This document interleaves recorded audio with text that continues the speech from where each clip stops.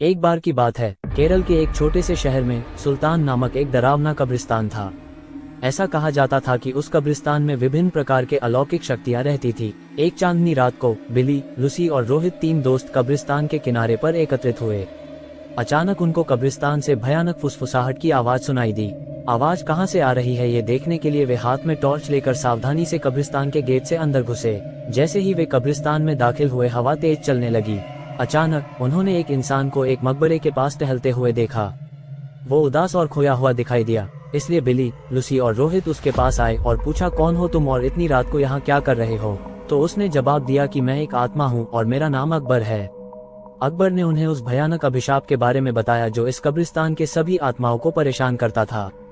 हर रात एक प्राचीन चुड़ैल जागती थी और कब्रिस्तान पर जादू करती थी और अकबर जैसी मासूम आत्माओं को अपने वश में कर लेती थी। अभिशाप को तोड़ने का एकमात्र तरीका कब्रिस्तान के पीछे जंगल में एक पेड़ के नीचे छिपी हुई मंत्र पुस्तिका को ढूंढना और आधी रात से पहले उसे नष्ट करना था। जादुई पुस्तक ढूंढने की दृढ़ संकल्प लेकर बहादुर तिकड़ी अपने मिशन पर निकल पड़ी।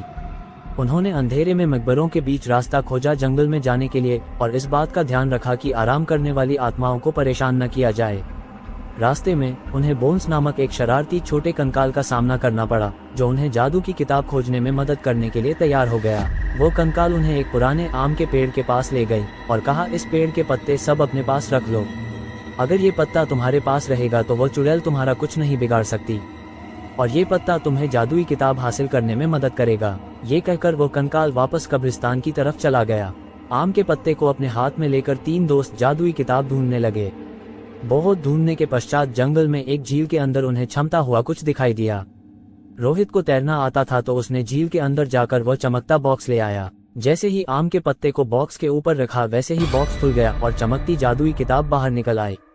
आधी रात करीब आते ही वे तीनों अपने हाथों में जादू की किताब लेकर श्राप को तोड़ने के लिए कब्रिस्तान की तरफ बढ़े। कब्रिस्तान में आकर वे किताब को खोले और एक प्राचीन मंत्र का पाठ किया। मंत्र पाठ करते ही जमीन कांपने लगी और कब्रिस्तान में एक तेज रोशनी छा गई। वो चुड़ैल जाग गई और गुस्से में दिखाई दी, लेकिन उसकी शक्ति धीरे धीरे कमजोर हो रही थी। उसने बिली, लूसी और रोहित को जादुई किताब पढ़ने से रोकने के लिए अपनी जादुई शक्ति का प्रयोग किया, लेकिन उन तीनों पर कोई असर नहीं हुआ, क्योंकि तीनों के पास आम के पत्ते थे जो उनकी रक्षा कर रहे थे। धीरे धीरे चुड़ैल की सारी शक्ति खत्म हो गई और चुड़ैल भस्म हो गई। इस तरह बिली, लूसी और रोहित ने कब्रिस्तान में फंसी हुई आत्माओं को मुक्त किया और कब्रिस्तान में फिर से शांति छा गई।